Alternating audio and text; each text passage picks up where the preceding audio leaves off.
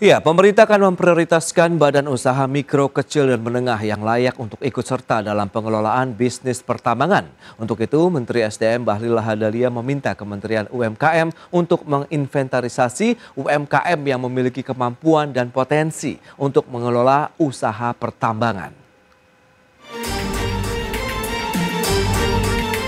Menteri Energi dan Sumber Daya Mineral Bahlil Lahadalia menyatakan, pemerintah akan memprioritaskan UMKM yang layak dan profesional dalam pengelolaan bisnis pertambangan. Bahlil pun meminta Menteri UMKM Maman Abdurrahman untuk segera menginventarisasi UMKM yang memiliki kapabilitas dan keprofesionalan pada bidang pertambangan. Silakan cari UMKM yang bagus, yang layak untuk kita kasih prioritas tambang untuk di daerah-daerah. Ini. Jadi kalau tambang jangan kalian kredit, nggak boleh.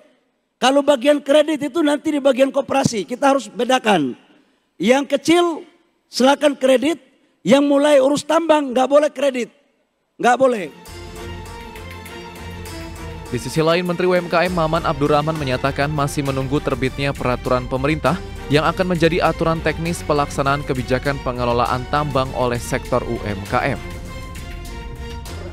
Saya harus bilang bahwa ini lagi dalam proses pembahasan. Tentunya kami nanti tunggu saja setelah rampung pembahasan PP-nya. Kalau saya sampaikan sekarang nanti malah menimbulkan tafsir yang macam-macam. Maman memastikan bahwa prioritas kebijakan ini adalah untuk partisipasi pengusaha lokal di daerah. Sehingga salah satu usulan yang hampir dipastikan akan menjadi syarat adalah bahwa badan usaha kecil dan menengah tersebut harus berada di tempat pengajuan tambang. Dari Jakarta, di Firmansyah, IDX Channel. Baik pemirsa, untuk membahas tema kita kali ini, untung rugi UMKM kelola usaha pertambangan, kita sudah tersambung melalui Zoom bersama dengan Ibu Hermawati Setiorini, Ketua Umum Asosiasi IUMKM Indonesia Kemandiri. Halo Bu Herma, apa kabar? Halo, apa kabar? Sehat pasti. Baik, terima kasih juga atas waktu yang disempatkan. Kemudian sudah ada Mas Media Wahyudi Askar, Direktur Kebijakan Publik Selyos. Halo Mas Media, apa kabar? Sehat Mas. Baik, terima kasih atas waktu yang disempatkan. Ini menarik kalau kita bicara mengenai sektor pertambangan. Tadi pemerintah sudah memberikan lampu hijau nih terkait dengan UMKM dalam mengelola usaha pertambangan juga. Tapi kita akan review terlebih dahulu dari Selyos. Seperti apa sih izin-izin pertambangan yang selama ini diberikan oleh pemerintah begitu sebelum menyasar kepada sektor UMKM yang juga nanti akan ikut mengelola ini, Mas Media. Silakan. Ya, memang pemerintah terus mencoba melakukan revisi Undang-Undang Minerba. Tetapi memang ada beberapa persoalan kritis yang saat ini masih menjadi diskursus publik ya. Oke. Pertama terkait pengawasan dan sentralisasi kewenangan. Jadi belakangan memang makin berkurang peran pemerintah daerah. Ada kritik minimnya partisipasi daerah dan masyarakat lokal. Juga sehingga ini memunculkan ide untuk melibatkan UMKM. Memang selama beberapa tahun terakhir pasca Omnibus Law Cipta Kerja terjadi peningkatan izin tambang secara masif tanpa kajian lingkungan dan aspek sosial due diligence yang memadai, sehingga banyak pelaku-pelaku tambang itu datang dari luar daerah, pengusaha-pengusaha besar, sehingga kemudian melahirkan konflik di masyarakat. Ini juga yang menjadi alasan kenapa masyarakat di daerah itu bertanya kenapa tidak daerah yang mengelola, kenapa tidak masyarakat asli yang mengelola, termasuk juga masyarakat adat misalkan. Jadi ini diskursus-diskursus yang terus bergulir Mas hingga hari ini. Dan memang upaya yang terus dilakukan oleh banyak pihak, terutama mereka yang concern tentang isu pertambangan ini adalah bagaimana mendorong diversifikasi pelaku usaha tambang. Jadi agar tambang ini tidak dimonopoli hanya oleh perusahaan besar dan terafiliasi ke elit-elit politik tertentu. Begitu Mas secara umum. Baik, itu dia ya kondisi realnya untuk pemberian izin pertambangan di Indonesia menurut kacamata dari Selyos. Nah, dari pelaku UMKM-nya sendiri, asosiasi sendiri melihat bagaimana Bu Herma tadi sudah disampaikan oleh Pak Bahlil juga, di mana Kementerian UMKM diminta untuk memetakan nih UMKM mana nih yang layak untuk bisa mengelola usaha pertambangan begitu. Silakan. Ya, sepakat ya karena memang saya yang tidak setuju mungkin narasi ya. Oke. Serius pasti juga akan setuju. Selalu menarik kata-kata UMKM gitu. Sementara syarat prosedurnya dia sampaikan saja kecil tidak bisa gitu. Berarti kan Oke. menengah gitu. Harusnya secara lugas pemerintah bisa mendefinisikan diberikan kepada pengusaha lokal gitu kan yang dia mampu atau mungkin kapabel di bidang itu. Harusnya begitu. Jangan menarik UMKM-nya. Usaha mikro kecilnya ternyata kan nggak dipakai. Gitu. Itu yang saya kadang merasa bahwa ini kenapa mikro dan kecilnya selalu ditarik-tarik sementara implementasinya kebijakannya untuk pengusaha menengah. Itu poin yang pertama. Kedua, menurut saya kan ini harus juga dikaji ulang tentang yang tadi sudah disampaikan AMDAL. AMDAL itu nggak sesimpel itu karena kerusakan alam di seluruh Indonesia itu kan sudah kita sekarang pun sudah heboh dengan yang di Raja Ampat dan di mana-mana. Harus ada pemetaan ulang dulu gitu. Daerah mana yang semestinya boleh dikeluarkan izin tambang yang nggak serta-merta, oh di sini ada semua mengajukan. Gitu, itu yang harus diantisipasi oleh pemerintah. Kalau UMKM sendiri khususnya mikro kecil itu kita udah ketawa aja karena jelas kriterianya tidak akan bisa masuk. Pak Menteri juga udah bilang ini kalau kita jangan UMKM tuh jangan hanya menjual bakso dan sembako saja gitu. Sebenarnya UMKM bidangnya macam-macam gitu kan. Tidak hanya itu, properti juga iya. Cuman ini narasinya supaya kesannya orang yang jualan sembako dan bakso bisa mengelola tambang. Nah itu yang harus diluruskan dulu. Jadi saya berharap untuk mengimplementasikan nanti PP ini, satu, harus masalah lingkungannya diperhatikan. Masyarakat sekitarnya dampak dengan sosial ekonominya itu harus pertimbangkan. Terus pendapatan daerah yang kontribusinya harus lebih besar itu juga harus dipertimbangkan. Karena asas keadilan itu sangat penting. Keadilan nggak cuma hanya ekonomi, tapi alam. Nah alam itu tidak hanya tumbuhan, tidak hanya air, tapi hewan-hewan yang selama ini hidup di situ bagaimana. Nah itu saya berharap ada pengkajian ulang, jangan terburu-buru menurut saya. Oke. Nah, Mas Media, lantas secara karakteristik bisnis menurut Anda apakah UMKM Indonesia saat ini juga memiliki kemampuan atau setidaknya potensi lah kalau untuk mengelola pertambangan, meskipun tadi dari sisi kriteria ya Bu Herma sudah menyampaikan untuk yang mikro sepertinya tidak mungkin begitu untuk bisa ikut bagian dari mengelola pertambangan. Iya Mas, kebetulan saya dulu bekerja di perusahaan tambang ya Mas. Dan sebelum saya masuk perusahaan tambang saya berpikir ini khususnya batu bara ya. Batu bara itu adalah bisnis yang kompleks begitu. Tapi ternyata setelah masuk ke sana ternyata tidak sekompleks yang dibayangkan begitu.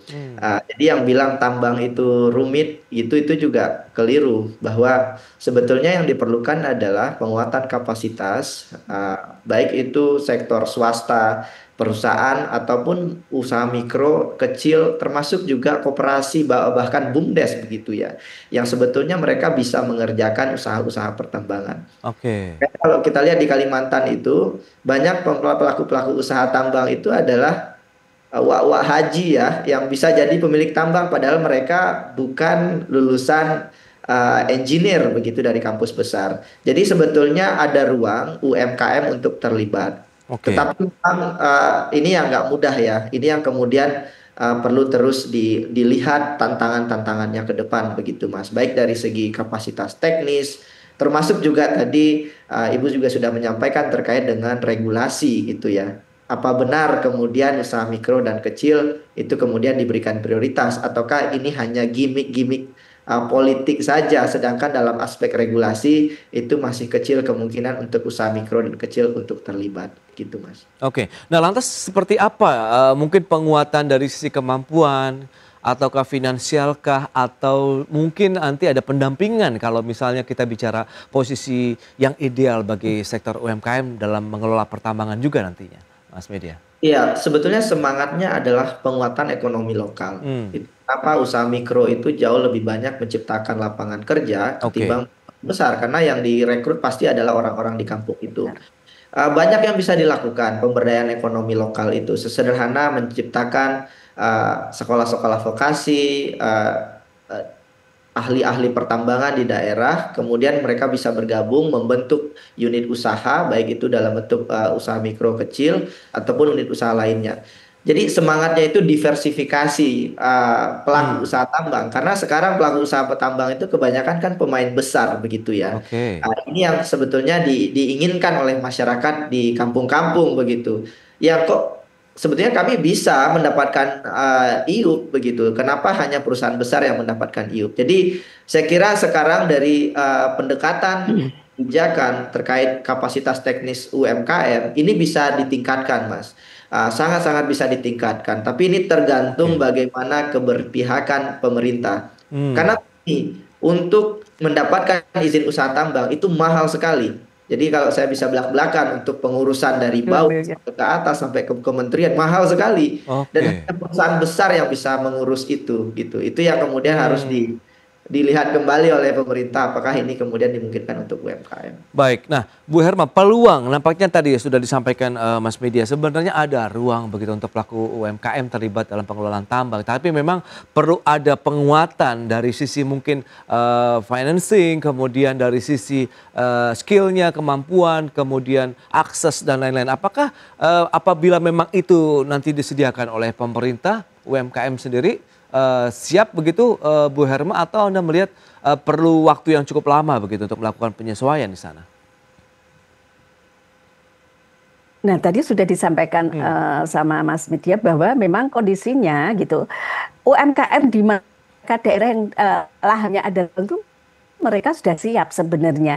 Hanya saja syarat prosedurnya kan memang itu gitu. Pemerintah membuat syarat prosedurnya, kriterianya yang membuat mereka tidak bisa masuk. Kedua, tadi udah juga disampaikan, itu nggak sekedar 2 miliar. Bisa nggak jika itu dikelola oleh masyarakat, pelaku mikro di daerah, ada prioritas dalam hal nilai izinnya, karena masyarakat daerah yang bergerak untuk menghidupkan ekonomi daerah, pendapatan daerah. Nah itu yang mungkin makanya saya pikir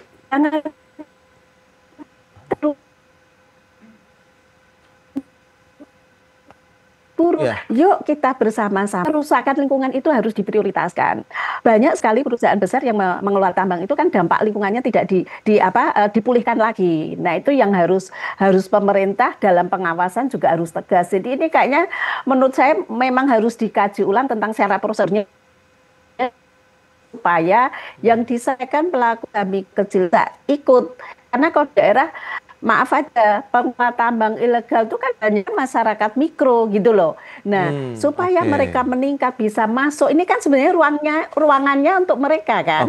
Nah, itu syarat prosedurnya itu yang harus diperhatikan, dikaji ulang lagi, itu sih menurut saya. Itu dia. Berarti syarat dan prosedur seperti apa yang ideal begitu kita akan bahas nanti di segmen berikutnya Bu Herma dan Mas Media. Kita akan jeda dulu sebentar ya. Dan pemirsa, kami akan segera kembali usai pariwara berikut ini.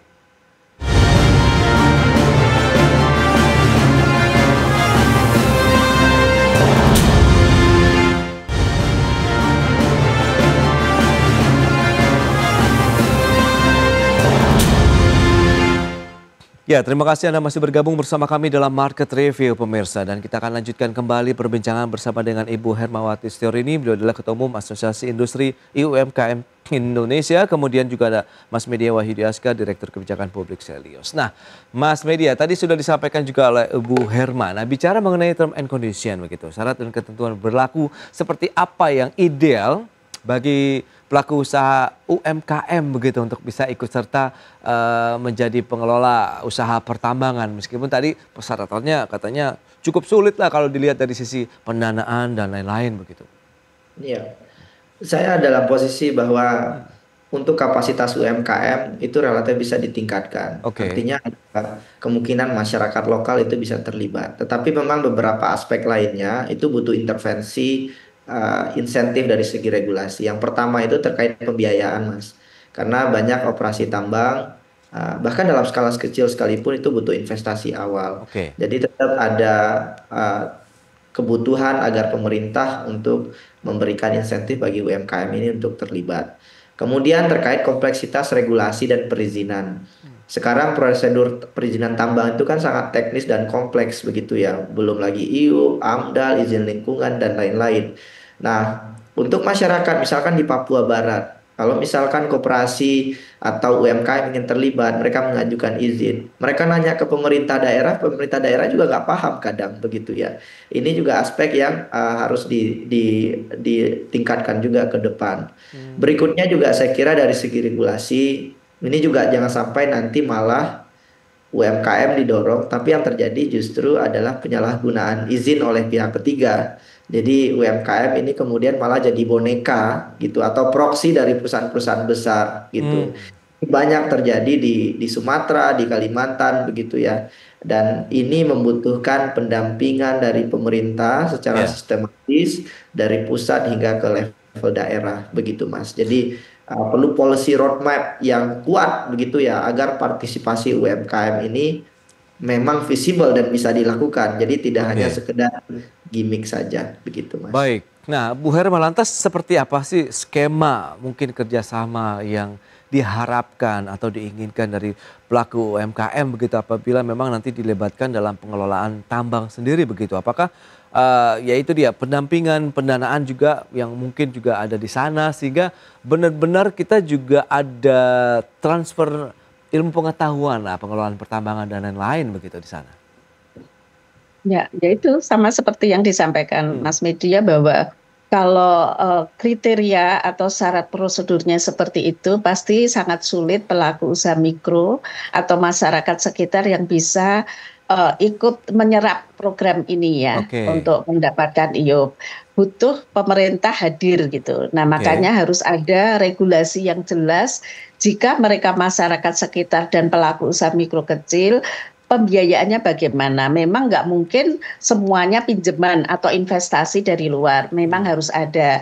Berarti ada keterlibatan dari pemerintah daerah juga. Dan itu yang harus diakalin karena memang seperti yang disampaikan Mas Media banyak sekali usaha tambang itu yang mereka menggunakan nama orang daerah, tapi sebenarnya pengusahanya pengusaha luar. Malah ada beberapa yang pengusahanya dari asing gitu. Nah itu memang apa ya? Benar-benar makanya saya bikin statement ini juga agak apa ya karena memang mikro kecil kayaknya susah untuk masuk ke situ dengan masalah apa regulasinya terus pembiayaannya gitu. Kalau masalah skill mungkin yang tadi disampaikan yang ilegal banyak melakukan.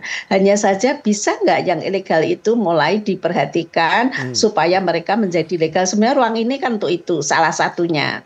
Nah bagi yang baru pasti ada hal yang harus didampingin selain mungkin skillnya harus ditingkatkan gitu kan karena nggak cuma hanya ngeruk tapi nanti marketnya bagaimana nggak asal-asalan gitu loh. Terus kalau misalnya enggak ya memang harus sinergi dengan perusahaan-perusahaan yang lebih besar gitu loh, tapi harus jelas juga ada pendamping dari pemerintah daerah. Saya harap itu sih yang bisa dilakukan, tapi lebih penting lagi adalah kerusakan lingkungan yang harus diperhatikan. Menurut saya. Nah, terkait dengan dasar asas keadilan begitu semua pelaku usaha berhak untuk mengelola pertambangan. Menurut Anda akan efektif tidak nanti keterlibatan UMKM dalam mengelola pertambangan di Indonesia, Bu Herma? Kalau asas keadilan memang dipegang teguh, sebenarnya kriteria dan prosedurnya harus dirubah dulu, harus lebih spesifikasi lagi. Kalau masih seperti ini, menurut saya asas keadilan belum bisa terbangun. Menurut saya ya, karena kriterianya sudah disampaikan sama Pak Menteri bahwa kamu kalau punya mengelola ini berarti nggak boleh utang, berarti dia harus punya duit gede gitu kan. Nah beliau saja sudah menyampaikan begitu gitu, jadi nggak bisa asal-asalan. Nah itunya yang harus apa di kriteria persyaratannya, spesifikasinya bagi mikro itu bagaimana, bagi pengusaha yang memang punya finansial bagaimana. Kalau itu sudah dibangun, pasti asas keadilannya juga akan terjadi. Tapi selama ini kalau masih seperti ini sama aja. Nanti yang memiliki izin tambang tetap perusahaan besar atau pengusaha yang punya uang gitu. Baik, Bu Herma, menarik ini. Nah, Mas Media, lantas bagaimana dengan statement tadi juga Pak Bahlil? Memang tidak boleh ngutang, kemudian nanti sudah memberikan instruksi ataupun meminta juga kementerian lah kalau bisa dikatakan begitu untuk UMKM, memetakan UMKM mana yang layak dan berhak begitu mengelola pertambangan. Tapi meskipun Pak Maman juga menyatakan masih menunggu nih PP-nya, kemudian tidak bisa terburu-buru. Lantas seperti apa kalau memang kita tarik ke asas keadilan yang memang sedang digaungkan dalam artian mengajak keterlibatan UMKM untuk mengelola sektor pertambangan kita? Ya, sebenarnya dari perspektif keadilan ini harusnya dilakukan bahkan sejak puluhan tahun yang lalu ya. Diberikan perhatian khusus pada kelompok masyarakat itu adalah mereka yang least advantage dan itu sebagai UMKM dan masyarakat lokal. Mereka yang seharusnya diutamakan untuk pengelolaan tambang yang ada di daerah. Tetapi memang ini kan zaman ini berubah ya. Dulu tambang itu adalah sektor yang sangat kompleks dan mahal. Dan sekarang ini sudah berubah. Artinya ada kemungkinan dengan teknologi hari ini itu pengusaha lokal itu bisa dilibatkan, pengusaha kecil bisa dilibatkan. Sekarang lebih bagaimana kita menunggu PP yang inklusif seperti yang tadi Bu Herma juga sudah sampaikan, memberikan ruang memang secara legal kepada UMKM daerah untuk bisa terlibat, begitu ya. Jadi ini sebetulnya domainnya ada di pemerintah pusat hari ini. Karena kalau kita bicara soal perizinan usaha tambang, hampir tidak ada izin usaha tambang yang diberikan hari ini, itu kalau bukan karena backingan politik, karena backingan dari ormas, bahkan backingan dari aparat-aparat penegak hukum oknum begitu ya. Nah, jadi yang harus hati-hati itu adalah kementerian, baik itu di pusat maupun juga Pemda di daerah. Jangan sampai gampang menerima suap.